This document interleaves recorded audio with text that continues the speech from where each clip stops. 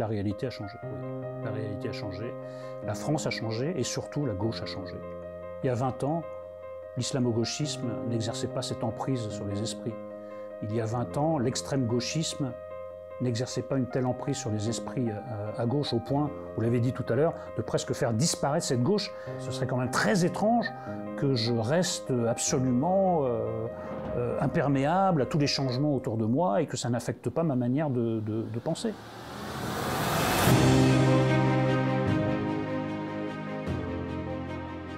Cher Éric Nolot, bonjour. Cher David, bonjour. Bienvenue à la chaîne du mouvement Reconquête. Merci beaucoup. C'est un événement de vous avoir ici.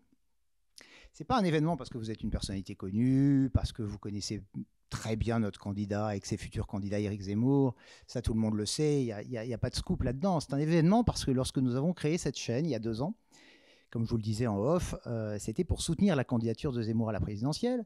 Et dans le petit film d'introduction que je faisais de la chaîne, je disais au Jardin du Luxembourg, nous allons accueillir des soutiens, nous allons accueillir des commentateurs, mais j'espère aussi que nous allons accueillir des adversaires d'Éric Zemmour, si toutefois ils ont le courage de venir sur notre chaîne. Et comme cette chaîne est passée des amis d'Éric Zemmour au label Reconquête, évidemment, aucun contradicteur n'est venu. Aurélien Taché, par exemple, l'islamo-gauchiste, nous a planté au dernier moment sans prévenir, etc. Donc vous êtes le premier, en fait. Vous êtes le premier vrai contradicteur, je pense, en 30 ou plus vidéos. Donc merci 1 million de fois d'avoir accepté cette invitation. Bah écoutez, merci 1 million de fois de m'avoir invité. Il me semble que la base de la démocratie, c'est la confrontation des idées. Qu'est-ce qu'une démocratie avec des gens qui refusent de se confronter à des gens qui pensent autrement qu'eux? C'est autre chose. Je ne sais pas, il faudrait le nommer. Le mot ne me vient pas à l'esprit. En tout cas, ce n'est pas démocratie. En tout cas, vous êtes d'une honnêteté, d'une constance tout à fait remarquable. Moi, je vous suis depuis 20 ans, comme à peu près tous les abonnés de notre chaîne. On est 66 000 maintenant. Et ma première question va être un peu provocatrice, peut-être, mais c'est vraiment sincère. Est-ce que vous êtes là pour faire la promo de votre livre, puisque vous venez de sortir un pamphlet sur Sandrine Rousseau, et il faut bien le vendre, donc vous êtes à peu près sur tous les plateaux, pourquoi pas sur une chaîne avec 66 000 abonnés? Ou est-ce que vous vous servez de la promotion de votre livre pour venir nous assurer de votre soutien, au fond, cher Éric?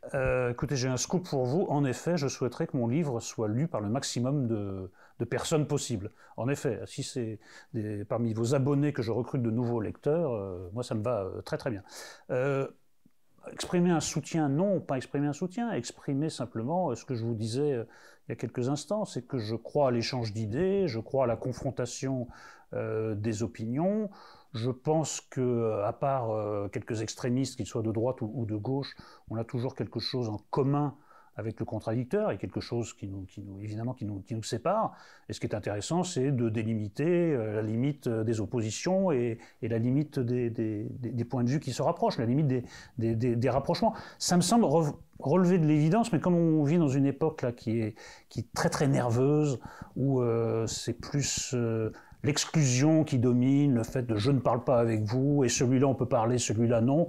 Voilà, moi je ne joue pas ce jeu, j'accepte les invitations qu'on me fait. Après il m'arrive de les regretter, mais sur le principe, voilà. Vous ne refusez jamais une invitation, même si, par exemple, je ne sais pas, le média de la France Insoumise vous invitait, je ne sais pas si ça existe encore, ou un journal islamo-gauchiste que vous détestez tant, vous invitait justement pour vous provoquer, ou Dieudonné, ou Soral, ou que sais-je encore, vous iriez. Soral, c'est un mauvais exemple peut-être. C'est un bon exemple en fait, mais les islamo-gauchistes ou la France Insoumise, bien sûr que j'irai me confronter. Après, d'après ce que j'ai vu, il faudrait quand même que je m'assure de mes conditions de sécurité. Donc ça crée une ambiance un peu particulière à l'échange d'idées. Mais si cela était acquis, oui, je viendrais discuter avec eux. Je l'ai fait très très souvent sur des plateaux. C'est pas facile parce que comment vous voulez discuter par exemple avec M. Mélenchon qui pose pour préalable que je sois absent du plateau? Vous savez ce qui s'est passé à Balance ton Poste? Tout le monde s'en souvient.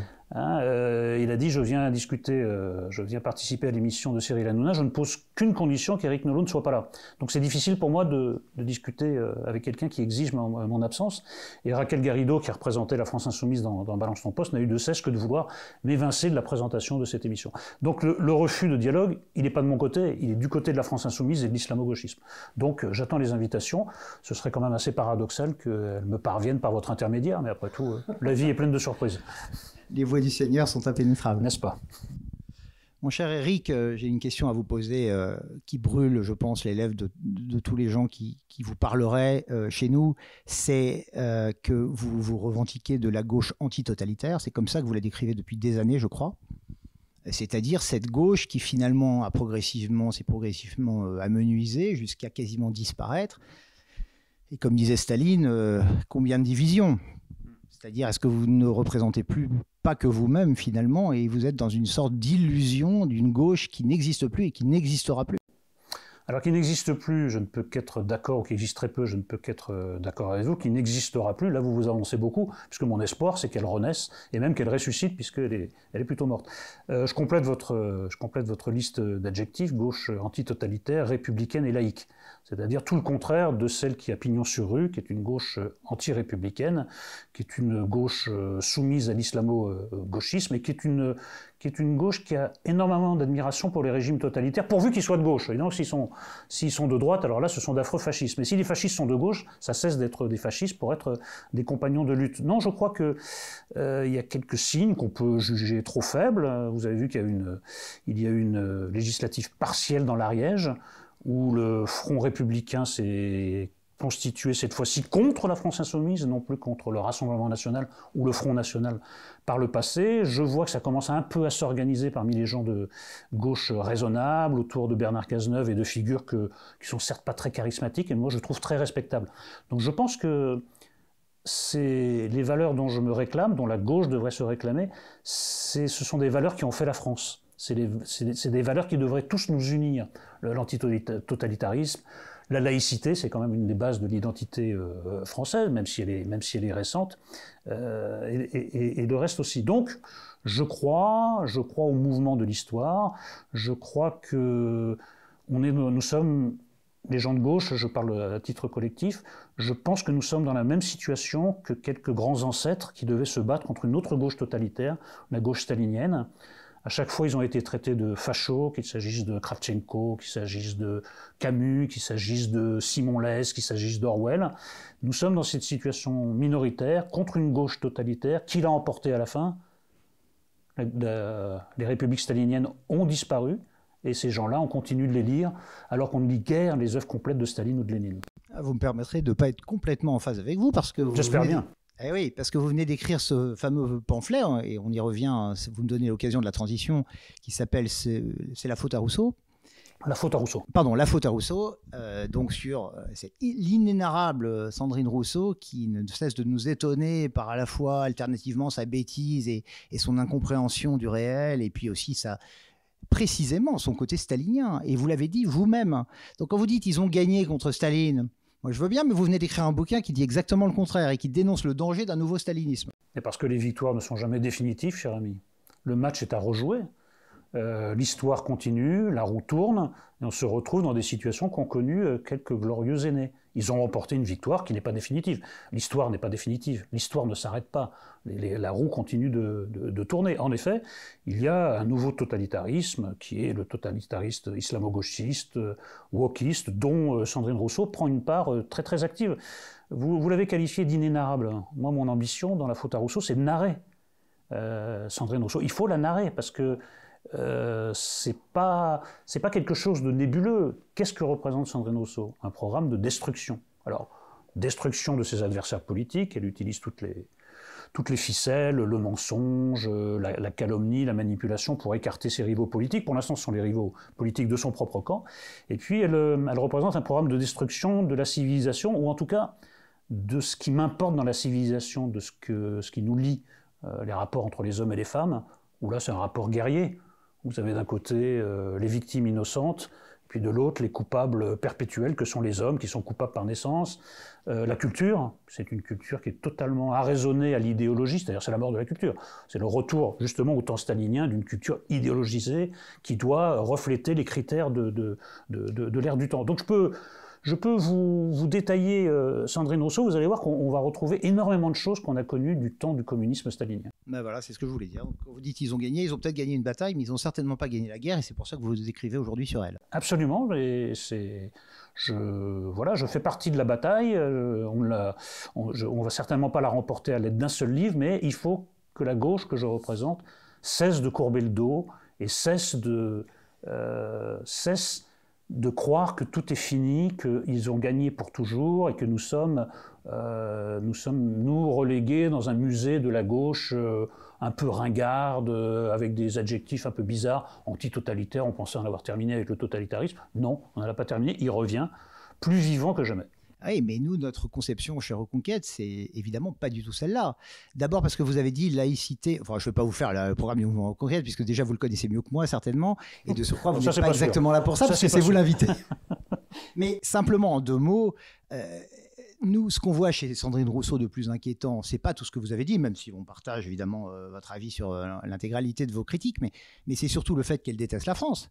C'est-à-dire que pour la droite nationale que nous représentons ici sur cette chaîne et que Éric Zemmour porte en étendard, c'est la haine de la France pour nous qui la caractérise le plus. Et ça, on vous entend finalement à gauche, allez, dans votre gauche, imaginons qu'elle existe, même si vous êtes 3 ou 4. Allez, imaginons que c'est un ferment de renaissance, avec Onfray, on va dire. Hein. D'ailleurs, je me demande bien pourquoi vous n'avez pas rejoint Onfray, mais vous allez nous le dire. J'ai fait un livre avec lui.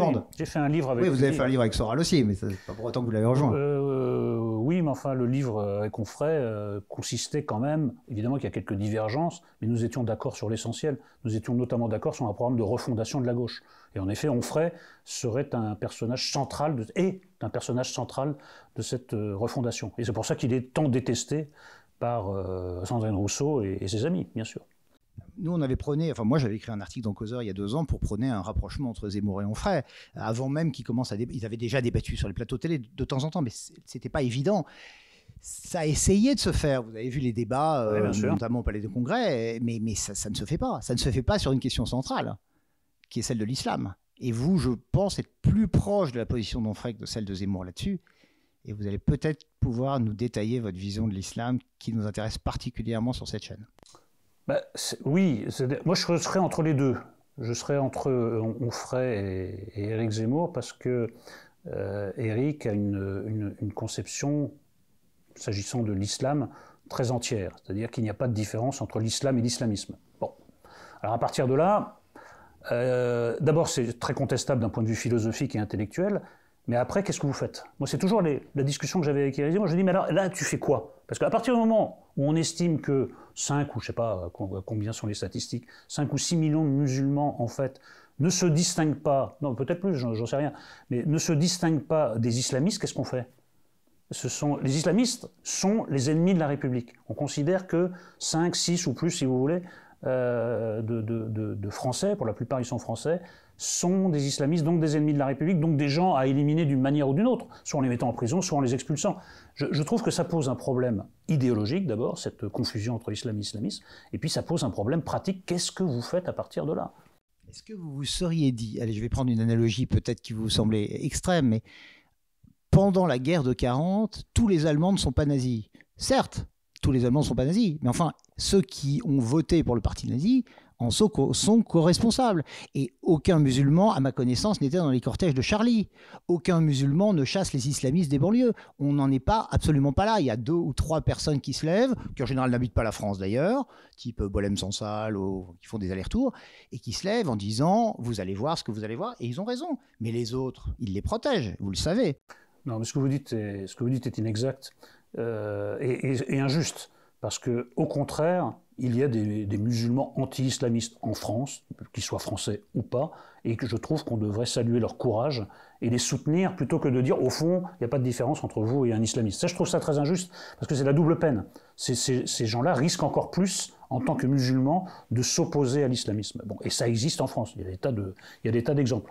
Dans les cortèges, je veux bien vous dire qu'il n'y avait pas une présence musulmane massive dans les cortèges Charlie. Enfin, il y a des musulmans. Là, il y a un côté, comment vous dire, il y a une essentialisation du musulman que je trouve totalement excessif, parce que c'est un de mes points de divergence avec Éric Zemmour d'ailleurs, c'est que lui ne croit pas du tout à l'individu. Moi, je crois encore à l'individu.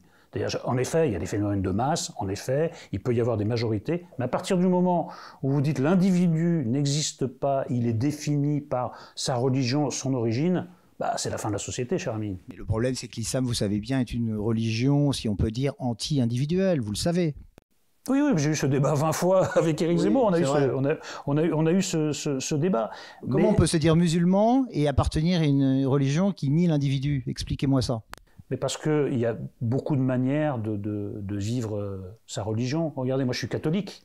Et j'ai un rapport à la catholicité qui ne va pas être du tout le même, rien que de ma famille. Je n'ai pas le même rapport à la catholicité que ma grand-mère, puisque j'étais très proche de ma grand-mère maternelle, qui avait un rapport extrêmement étroit à la catholicité, à la chrétienté, etc. Je suis quand même catholique avec un rapport différent. Donc le fait de dire tous les musulmans, en fait, c'est des boîtes de petits pois, ça ne résiste pas à l'analyse. Tous les catholiques ne sont pas des boîtes de petits pois. Et vous savez très bien ce que dit Zemmour, ce qui vous répond à ça. Il vous a répondu 100 fois. Et 100 fois, il vous a expliqué que l'islam n'était pas, le catholicisme n'était pas l'islam et lycée de Versailles, et qu'on pouvait absolument pas faire l'analogie entre une religion qui laissez-moi finir ma question, entre une religion qui séparait le spirituel du temporel depuis les origines, depuis les textes saints du christianisme, et une religion qui, au contraire, faisait l'amalgame en permanence jusqu'à aujourd'hui entre une société politique, un système politico-judiciaire, comme il le qualifie, et puis la foi, qui en fait n'est pas une foi, mais une pratique. C'est de l'orthopraxie et non pas de l'orthodoxie. Mais ça, vous le savez aussi bien que moi.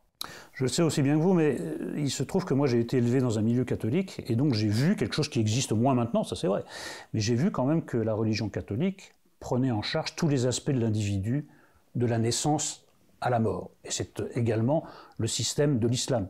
Et l'islam est une religion plus récente que le christianisme, et je vois qu'il y a un décalage, notamment dans une forme de bigoterie par exemple, qui était celle du catholicisme il y a quelque temps, qui ne l'est plus maintenant, et je pense que l'islam peut évoluer dans ce sens. Il y a un décalage de plusieurs siècles.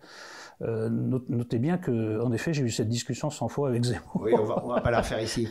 Je conclurai pour ma part en disant que 14 siècles, c'est déjà bien long, et que me dire qu'il y a quelques siècles de moins, à mon avis, ne change pas grand-chose. Mais vous savez, la séparation... Vous avez le droit d'avoir des espoirs. Bien sûr, il faut en garder. Oui, c'est peut-être un joli mot d'ailleurs, espoir, mais... vous savez, la séparation de l'Église et de l'État, ça ne remonte pas à 14 siècles, et ça a été une sacrée affaire quand même. Hein. Mais encore une fois, la sécularisation de l'Église ne date pas de la laïcité et de la loi de 1905. Mais vous avez vu la bagarre que c'était. Ça a été une énorme bagarre, ça a été très difficile. Il y a eu quand même un moment où la gauche française ne voulait pas que les femmes aient le droit de vote parce qu'elles étaient sous l'influence du curé, d'après la gauche. Bon, écoutez, moi je veux bien qu'il y ait d'un côté une religion qui exerce une emprise incroyable et de l'autre un modèle de liberté. Excusez-moi, en tant que catholique, je vous dis que c'est pas ça qui s'est passé dans la chrétienté, même si en effet la distinction que vous faites est pertinente. Mais simplement, il y avait une emprise de la religion catholique sur les esprits pendant très très longtemps, que je retrouve dans l'islam aujourd'hui, avec, comme autrefois, il y avait des francs-tireurs dans le catholicisme qui essayaient de se déprendre, et il y a des francs-tireurs dans l'islam qu'il faut soutenir au lieu de le mettre dans le même panier que les autres. Voilà. C'est notre mission, c'est même notre responsabilité. Let's agree on disagree, comme disent les Américains, parce que moi je pense, comme Zemmour et exactement comme lui, qu'il n'y a pas de possibilité d'évolution de l'islam, même si quelques musulmans, et là on peut se rejoindre, évidemment les individus sont ce qu'ils sont, certains s'extraient finalement de l'islam et donc deviennent des non-musulmans. Ce que vous appelez des musulmans qui ne respectent pas l'islam, au fond, sont des non-musulmans pour moi. Et d'ailleurs, il y a une association des ex-musulmans de France, dont je connais très bien le fondateur, et lui, il a le courage de se dire non-musulman. Donc, je ne crois pas trop à votre analyse sur les musulmans qui seraient quand même affiliés à la religion tout en n'en suivant pas les prétextes. Et je pense encore une fois que la laïcité est dans l'ADN du christianisme. C'est ce que dit Zemmour à longueur de temps, et je pense que donc on ne peut pas les comparer. Mais bon. Je trouve que vous faites bon marché, par exemple, du mouvement des femmes iraniennes, qui demandent à être libérées du voile, qui ne demandent pas à cesser d'être musulmanes. Qu'est-ce que vous en savez qu'elles ne demandent pas à cesser d'être musulmanes? Nous en sommes à la première étape, là. Il y a suffisamment de relais entre la France et l'Iran. Oui, enfin là, vous me parlez de quelque chose qui n'est pas arrivé. Moi, je vous dis pour le moment... C'est vous qui m'en parlez. Non, mais non, je vous dis simplement, je vois en Iran une révolte, plus qu'une révolte, une révolution menée à quel prix? Par des femmes. Des femmes, mais sur quoi? Sur le symbole de l'islam, qui est le voile. Eh oui. Mais elles ne demandent pas pour autant à cesser d'être musulmanes. Ah bah non, on leur couperait la tête, vous le savez bien. Non, on leur coupe la tête, elles continuent de le demander. Donc, on leur couperait 2 fois plus vite. Oui, d'accord, mais je vois que ce n'est pas monolithique. Qu'il y a en effet des femmes en Iran qui demandent à garder le voile et d'autres qui demandent à l'ôter au péril de leur vie. Ça devrait vous interroger, ça devrait vous ébranler dans quelques-unes de vos convictions. Vous me dites que l'islam c'est un bloc. Je vois que le bloc se fissure. Moi, je pense qu'on n'en est qu'à la première étape, qu'il faut bien commencer quelque part. Elles commencent par le bout de tissu qu'elles ont sur la tête. Ça me paraît un bon début, mais elles ne s'arrêteront pas là. Et vous avez vu le Irak en Algérie, ils ne sont pas arrêtés là. Donc, Eh bien, vous me réinviterez, nous ferons un point de route. Mais avec dans 10 ans. Grand plaisir. Si Dieu nous prête vie, vous voyez, on finit sur Dieu. Ah bah justement, non, on finit pas, justement, on commence sur Dieu. Est-ce que vous vous sentez appartenir à une mystique française qui pourrait intégrer le christianisme, ou est-ce que votre histoire de France commence à la Révolution française? Non, certainement pas à la Révolution française. Nous sommes le produit de toute l'histoire de France qui ne commence pas avec la Révolution française, d'autant que il faut s'entendre sur quelle révolution, puisque vous avez vu que maintenant, le grand fantasme de l'extrême gauche, c'est la révolution. Il faut couper la tête du roi. Il y a un retour au sans-culottisme qui est tout à fait frappant. Après, moi j'ai été élevé dans la religion catholique, donc évidemment, il m'en reste, mais même dans un lycée catholique. Donc il m'en reste quelque chose. Comme tous les Français. Oui, enfin tout le monde ne passe pas par une école religieuse quand même. Hein. Beaucoup quand même. Oui, enfin, moi je crois qu'il y a... Et de plus en plus. Oui, bah oui, mais pour d'autres raisons. Je ne vous le fais pas dire. Sur lesquelles on pourra revenir. Non, il y a des gens qui font toute leur scolarité dans l'école publique, c'est pas la majorité. Je pense que la minorité des élèves est élevée et fait sa scolarité. C'est une boutade, mais enfin vous voyez ce que je veux dire. La dynamique est là. Il m'en reste évidemment quelque chose, et le christianisme, le catholicisme pour être plus précis, à sculpter la France. Après, je pense que sur la question divine, l'intelligence humaine, pour le moment, l'entendement humain, ne peut pas se figurer l'existence ou l'inexistence de Dieu. Voilà. Nous n'avons pas les moyens. Donc il faut croire sans preuve rationnelle, sans passer par l'intelligence, ça passe par d'autres canaux. Donc je suis dans une position médiane, puisque je ne me sens pas assez intelligent pour concevoir l'existence de Dieu ou son inexistence. Non, mais je ne vous parlais pas de vos convictions personnelles, en fait. Je vous parlais de votre conception de la France, parce que c'est ça qui nous intéresse finalement au mouvement Reconquête. Et chez nous, Éric Zemmour le dit depuis longtemps, ça passe par le christianisme, d'une manière ou d'une autre. Il a lui-même dit qu'il n'adoptait pas la foi catholique, et que c'est pour ça qu'il ne s'était pas converti. J'ai retrouvé encore des extraits, c'est documenté. Il l'a dit brièvement, mais il l'a dit. Ce que lui ont reproché quelques intégristes catholiques d'ailleurs, j'ai pu le noter. Pour autant, il explique que l'islam ne peut s'étendre que parce que le christianisme a quitté les lieux, a déserté les églises et a déserté le pays finalement. Le catholicisme a énormément perdu de sa vitalité, et la vitalité est en effet du côté de l'islam. Aujourd'hui, ça me paraît indiscutable, ça nous fera au moins un point d'accord, il n'y en aura peut-être pas beaucoup. Après, moi je place plutôt le curseur ailleurs, c'est sur le rapport au sacré. Je pense qu'une société où la seule angoisse existentielle concerne la date des soldes, ça se terminera mal. Si vous voulez, à partir du moment où le matérialisme est en roue libre, ça va donner des choses terribles. C'est une course vers l'abîme, parce que ce besoin de croire à quelque chose, ou en tout cas ce besoin d'avoir la sensation qu'il existe à la vie courante une doublure sacrée, si vous ne l'avez pas, vous la remplissez par n'importe quoi d'autre. Par des nouvelles religions bidonnées, par un matérialisme, que je vous le disais, par la technologie qui envahit tout, parce que Heidegger a appelé l'arraisonnement à la technique, etc. Donc je pense que ce vide que crée notre inappétence, notre nouvelle inappétence au sacré, est porteuse de grands dangers. Effectivement, le catholicisme est quand même ce que nous avons de plus proche en France, c'est la religion de nos parents, de nos grands-parents, de nos ancêtres, celle dans laquelle, je parle pour moi, nous avons été élevés.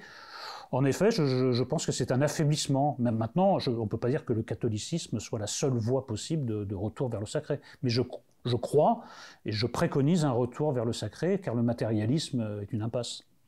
Est-ce que vous avez l'impression que l'islam galopant, je dirais, de notre point de vue en tout cas, mais je pense qu'on peut partager quand même cette analyse qui paraît presque factuelle, se satisfait du matérialisme et se satisfait très bien d'une société marchande finalement?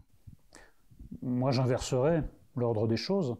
Je pense qu'une grande partie de la vitalité de l'islam s'explique par les dégâts du matérialisme. Et ça, vous l'avez dit, ouais, c'est-à-dire qu'à un moment, vous êtes devant une vie qui est devenue vide, dénuée de sens.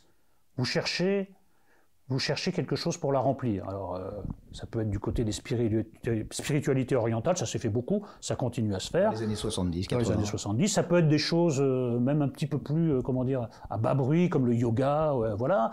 Ça a été beaucoup le bouddhisme à une époque. Et puis, il y a l'islam, qui est très présent en France, et qui est donc une issue de secours une issue spirituelle qui est assez proche de beaucoup de gens, c'est-à-dire qui est à portée de main. Donc je pense qu'ils se nourrissent en effet de cette dépression que nous traversons en ce moment. Et vous pensez que ceux qui se rapprochent de l'islam, qui sont finalement quand même des enfants de l'immigration, hein, parce qu'on ne va pas se voiler la face, c'est sans mauvais jeu de mots, ont vraiment l'impression qu'ils rejoignent une foi qui leur manque, et non pas qu'ils ont envie d'un autre système sociopolitique? Ça peut aller jusque-là, oui. Moi, je suis pas assez spécialiste de ces questions. J'ai pas parlé avec assez de gens, ou s'ils sont retournés vers la religion musulmane, en étant nés musulmans, mais en étant éloignés, ou par les convertis. Mais je ressens très fortement quand même cet effet de dépressurisation qui pousse les gens vers une religion ou une autre. Et comme l'islam a le vent en poupe, c'est beaucoup vers l'islam qu'en effet que ça tend. Après, en effet, vous avez chez des gens chez lesquels ça peut prendre une forme de fanatisme, où ils ont rejoint l'État islamique, par exemple, c'est-à-dire qu'ils se reconnaissent dans un État qui vit selon les lois de l'islam le plus rétrograde. Donc ça peut aller jusque-là, mais je pense que vous avez 50 nuances d'islam, oui. Qu'est-ce que vous pensez de la politique migratoire de la France ? La politique migratoire de la France est catastrophique parce que, sur 2 points. Premièrement, un pays qui ne maîtrise pas qui peut entrer et qui ne peut pas entrer chez lui est un pays qui a perdu sa souveraineté.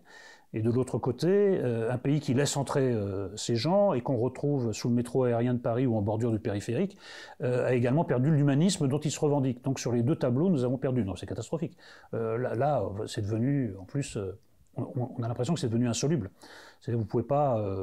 on a l'impression que rien n'est fait vraiment, que tout s'englue immédiatement dans des arguties, des débats parlementaires, des jeux un peu de posture. Il faut, quand on est au gouvernement, alors non seulement il faut avoir une majorité à l'Assemblée, ce qui est déjà tout un problème en ce moment, mais il faut satisfaire son aile gauche, son centre, son aile droite. Enfin bon, on a l'impression d'un empêchement, d'une impuissance, et la situation ne cesse de s'aggraver. Le temps passe et un jour, ça provoquera une situation irréversible et des problèmes gravissimes.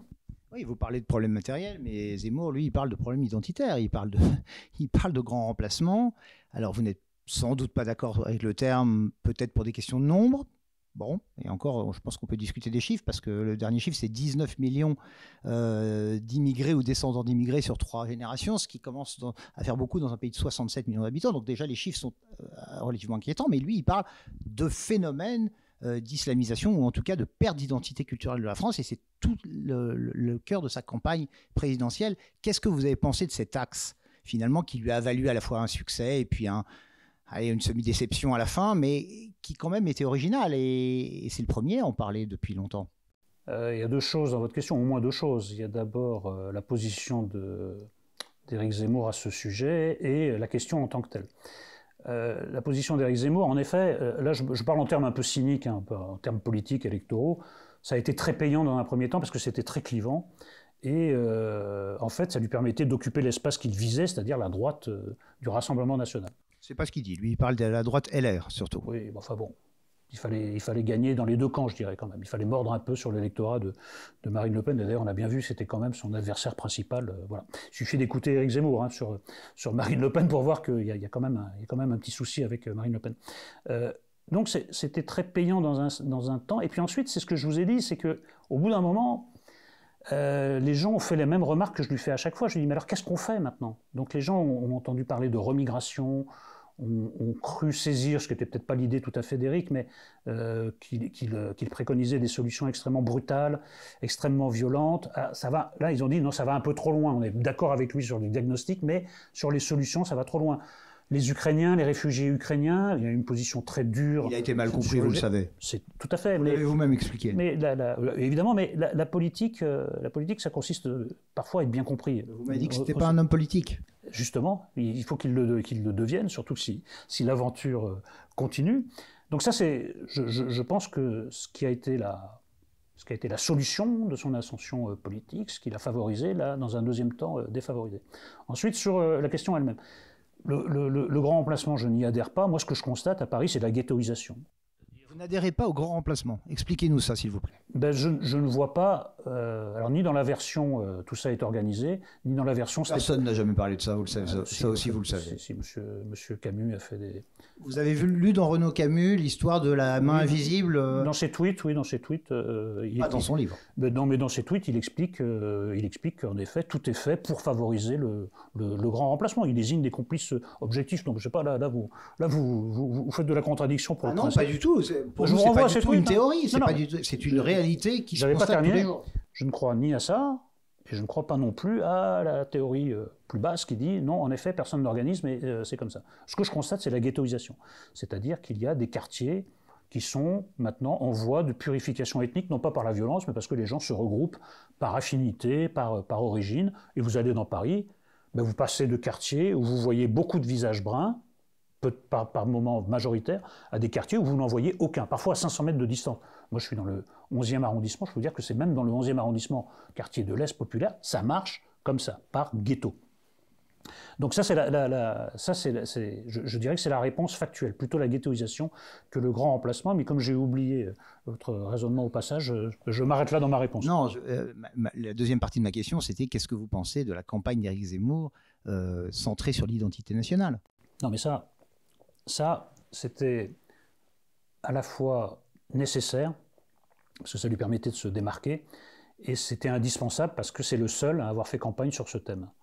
Ça, c'est ce que je vous disais, mais est-ce que vous avez jugé ça positif pour le pays, d'avoir un candidat qui parlait de ça, qui allait jusqu'au bout avec ça, et qui, même s'il n'a pas du premier coup récolté 12 millions de voix au premier tour, a fait quand même 2,5 millions de suffrages sur ce thème? Oui, entre autres. Mais moi, je pense que l'identité est un thème très important. Alors, l'aborder, je suis pour. Après, il y a 1000 façons d'aborder l'identité. Vous avez dit vous-même que le résultat n'était pas à la hauteur des espérances. Est-ce que c'était... Non. Écoutez, 4e place sur 12 ou 13. Non, ça dépend quelles sont les espérances, mais enfin, moi, je trouve ça quand même... Là, vous êtes trop homme politique. Je suis un soutien, oui. Non, vous êtes trop homme politique parce que vous savez très bien, moi, je connais Éric en tant qu'ami, il y avait une déception. Parce que simplement, il a été beaucoup plus haut dans les sondages et que 7%, en effet, vous pouvez dire c'est mieux que la candidate des Républicains, ce qui est vrai. Ça fait 2,5 millions de voix, vous avez également raison, mais ce n'était pas à la hauteur des espoirs. Ce n'est pas à la hauteur des sondages. Ce n'est pas à la hauteur ni des sondages, ni des espoirs. Oui, enfin, il y a eu la guerre en Ukraine, enfin bon, tout ça a été expliqué mais les raisons sont, par le candidat lui-même. Les raisons, elles sont peut-être multiples. Moi, je vous parle du résultat, je vous dis qu'il espérait plus. Oui, enfin, pour une première candidature, vous admettrez que c'est quand même déjà énorme. Non, je n'admets pas, mais je vous autorise à le dire. Vous n'admettez pas que 2,5 millions et 4e place, ça soit énorme pour une première candidature de quelqu'un qui n'était pas un homme politique un an plus tôt? Non, je vous dis que c'est un résultat tout à fait honorable, mais qu'il espérait beaucoup plus, car à un moment, les sondages le plaçaient quand même au bord, si ce n'est au 2e tour, carrément. Donc, quand c'était miraculeux, et vous le savez.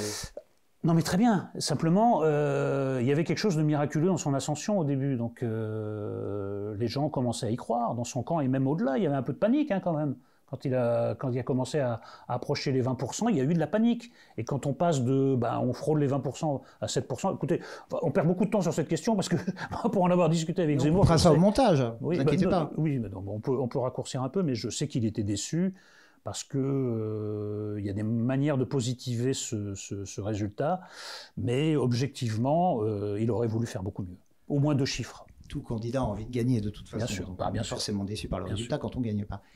Vous étiez à Villepinte, vous étiez au congrès fondateur le 5 décembre 2021 du Parti Reconquête, du mouvement Reconquête. Vous étiez au premier rang. Vous êtes un ami d'Éric Zemmour, de longue date, vous le dites, vous l'assumez. Ça vous coûte beaucoup. Ça vous coûte beaucoup dans les médias. Vous aviez une carrière fulgurante. Vous avez encore une très belle carrière, mais évidemment, ça vous ferme des portes. Il n'y a pas besoin de le préciser. Vous n'êtes pas monté à la tribune. Et quand je vous ai accueilli dans ce studio tout à l'heure, je vous ai dit, vous n'étiez pas à Villepinte, 3 petits points, à la tribune. Et c'est pas comme ça qu'on vous pose la question en général. En général, on vous associe à lui en disant, vous étiez à Villepinte, regardez, vous le soutenez, quoi que vous disiez, quoi que vous pensiez, quelle que soit l'étiquette que vous vous accolliez à vous-même. Est-ce que vraiment, vous êtes sincère en disant que vous n'êtes qu'un ami, donc une relation uniquement personnel avec lui, son principal contradicteur depuis 15 ans, et ça c'est vrai, et que vous ne partagez finalement pas grand-chose de ce qui fait l'originalité de sa pensée nationaliste? Bon, les liens d'amitié, je n'y reviens pas. La contradiction, tout ça est abondamment documenté. On peut le retrouver sur Internet ou sur le site de l'INA. Après, l'amitié, c'est pas quelque chose qui existe dans les airs comme ça, sans raison. Nous partageons en effet certaines choses, l'amour de la littérature, l'inquiétude pour le sort de la France. Nous n'avons pas les mêmes solutions, mais moi je suis inquiet pour le devenir de la France. Je vois jour après jour ce qui fait la France être contesté, jeté bas, remplacé par des caricatures, remplacé par des principes négatifs. Nous avons une inquiétude commune pour la France, mais en retournant, vous voyez bien que pour apaiser cette inquiétude, nous ne tenons pas le même discours, nous n'avons pas les mêmes solutions. Mais effectivement, une amitié, c'est complexe. Ça se joue sur des choses très personnelles. Après tout, moi j'ai fait connaissance de Zemmour sur un plateau de télévision.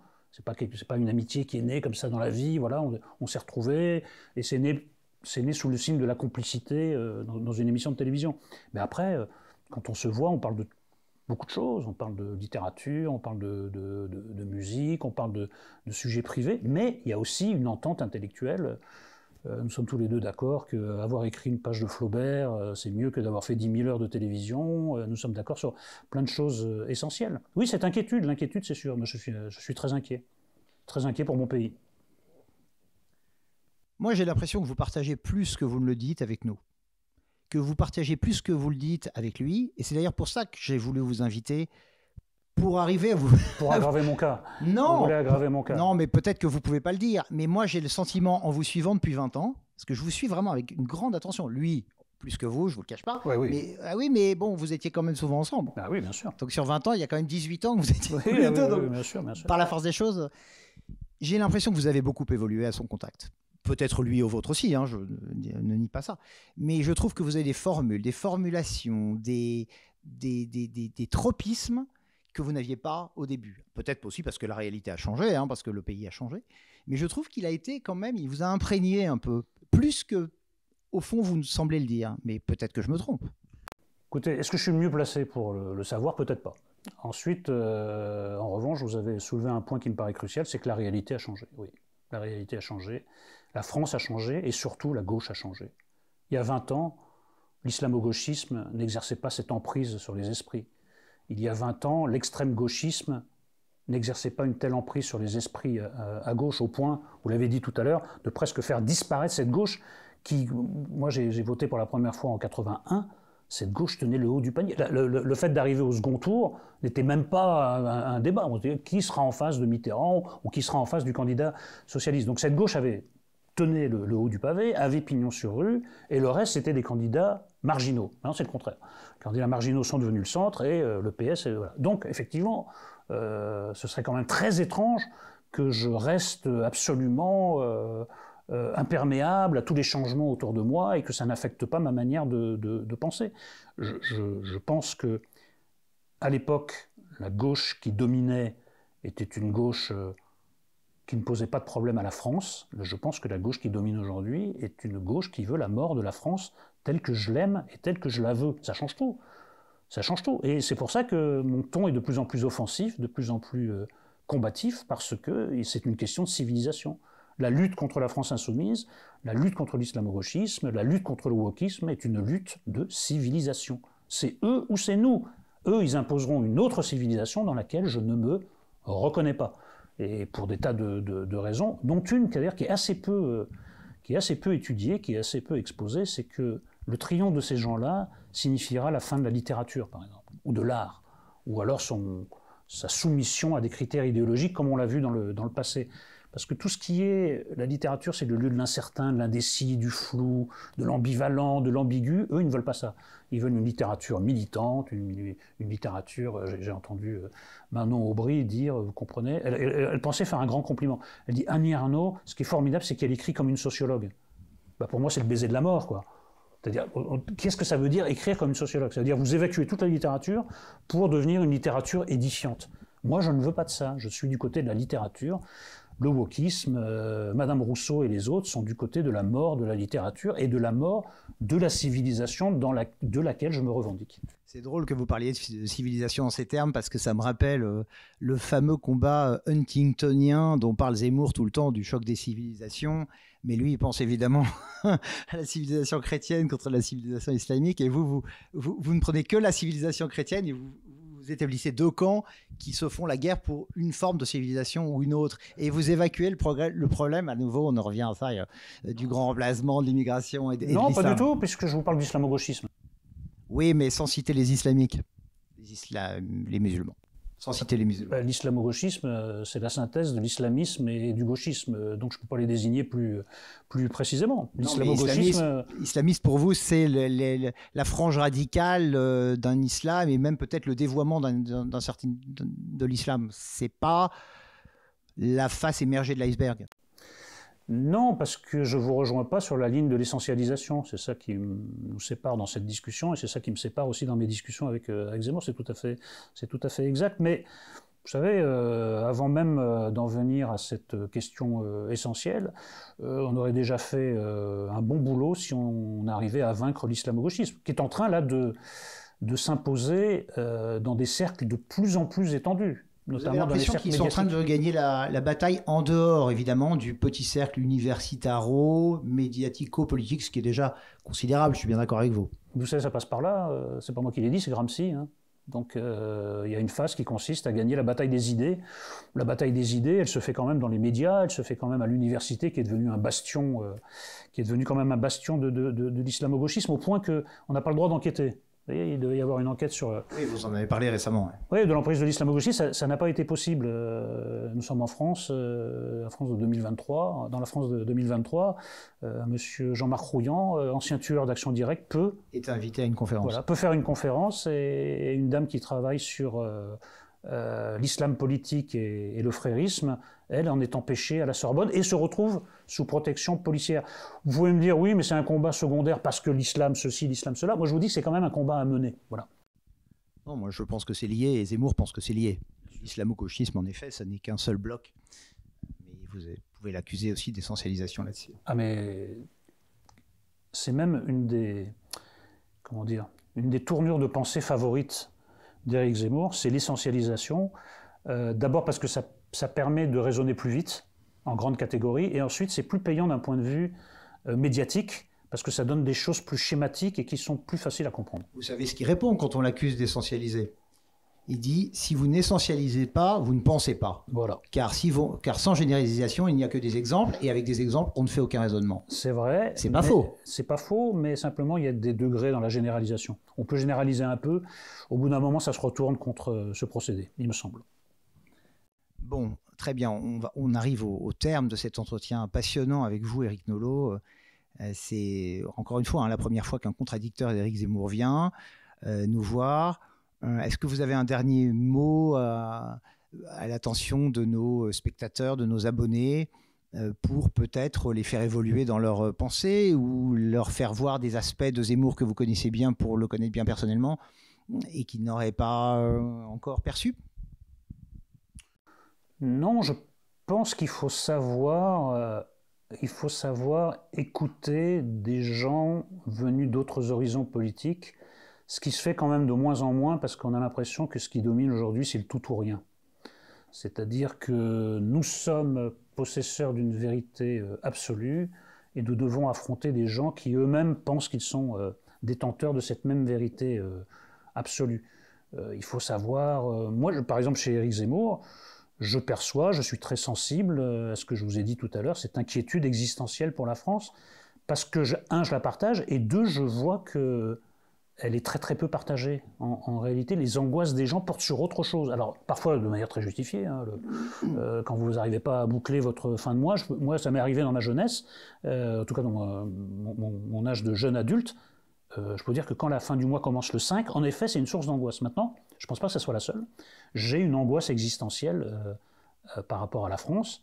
J'en perçois l'écho chez Éric Zemmour, ça donne des dialogues très longs et que je trouve très intéressants, et j'écoute ce qu'il a à me dire. Je prends, je laisse, et je crois qu'il fait exactement la même chose. Après, ce que je voudrais dire aussi, c'est que il faut quand même, pour ces gens qui mettent, vis-à-vis de ces gens qui mettent en question la France, qui mettent en question notre tradition, notre civilisation, il faut y être très attentif. C'est-à-dire, dans le cas de Sandrine Rousseau, il ne faut pas se fier aux apparences souriantes. Il ne faut pas dire c'est une folle dingue. Pas s'arrêter aux apparences. C'est pas une folle dingue.